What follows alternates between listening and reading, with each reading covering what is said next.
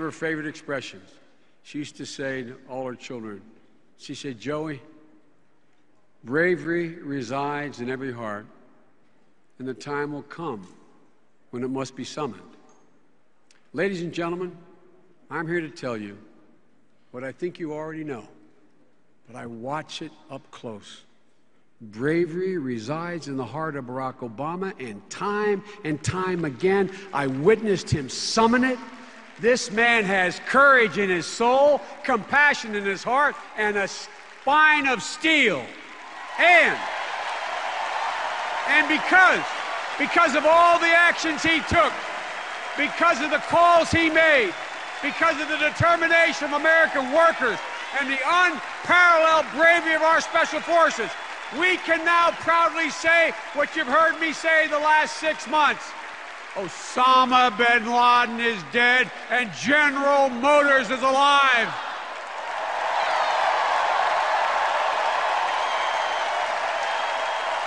That's right. One man. Folks, we know we have more work to do. We know we're not there yet.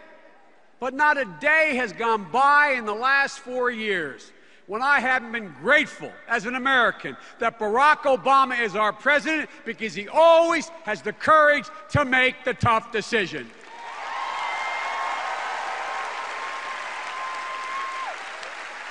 Speaking of tough decisions, speaking of tough calls, last week we heard at the Republican convention, we heard our opponents. We heard them pledge that they too had the courage to make the tough calls. That's what they said. But folks, in case you didn't notice, I say to my fellow Americans, in case you didn't notice, they didn't have the courage to tell you what calls they'd make. They never mentioned any of that.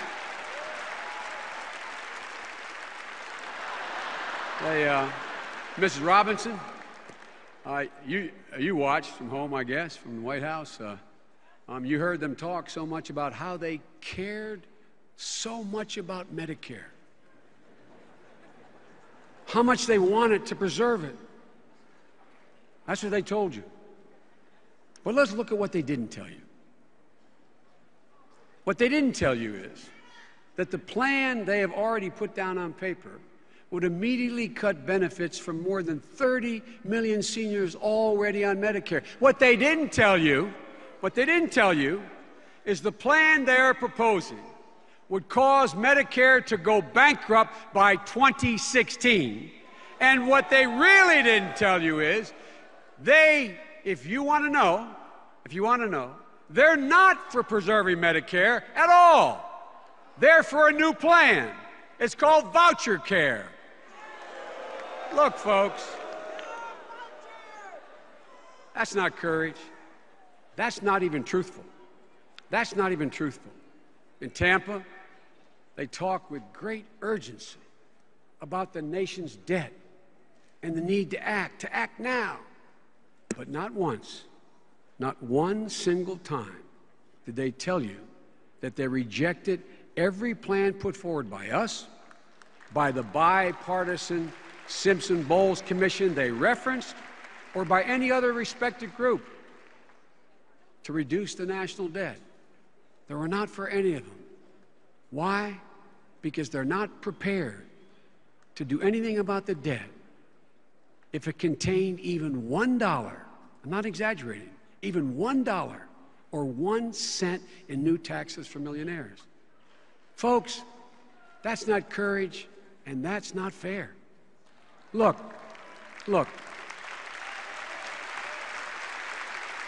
In a sense, this can be reduced to a single notion. The two men seeking to lead this country over the next 4 years, as I said at the outset, have fundamentally different visions and completely different value set. Governor Romney believes in this global economy, it doesn't matter much where American companies invest and put their money or where they create jobs. As a matter of fact, In his budget proposal, in his tax proposal, he calls for a new tax. It's called a territorial tax, which the experts have looked at, and they acknowledge it will create 800,000 new jobs, all of them overseas, all of them. And what I found fascinating, the most fascinating thing I found last week was when Governor Romney said that as president, he would take a jobs tour. Well, with his support for outsourcing, it's going to have to be a foreign trip. It will. Look, President Obama knows that creating jobs in America, keeping jobs in America, bringing jobs back to America is what the president's job was all about. That's what presidents do, or at least supposed to do. Folks, Governor Romney believes it's okay to raise taxes on middle classes by $2,000 in order to pay for literally another $1 trillion tax cut for the very wealthy. President Obama knows that there's nothing decent or fair about asking people with more to do less and with less to do more. Governor Romney believes that kids like our dreamers, those immigrant children who were brought to America's shores through no fault of their own, he thinks they're a drag on the American economy. President Obama believes that even though those dreamers, those kids, didn't choose to come here, they have chosen to do right by America, and it's time for us to do right by them.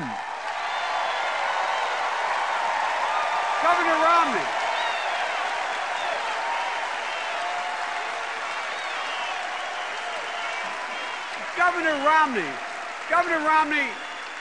Governor Romney looks at the notion of equal pay in terms of a company's bottom line.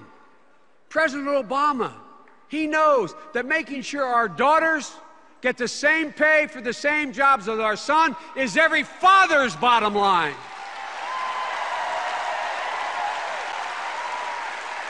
Look,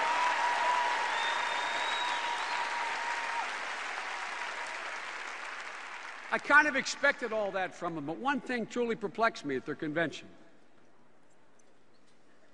The thing that perplexed me most was this idea they kept talking about the culture of dependency. They seem to think you create a culture of dependency when you provide a bright, young, qualified kid from a working-class family a loan to get to college, or when you provide a job training program in a new industry for a dad who lost his job because it was outsourced. Folks, that's not how we look at it. That's not how America's ever looked at it. What he doesn't understand is all these men and women are looking for is a chance, just a chance to acquire the skills to be able to provide for their families so they can once again hold their heads high and lead independent lives with dignity. That's all they're looking for. Look.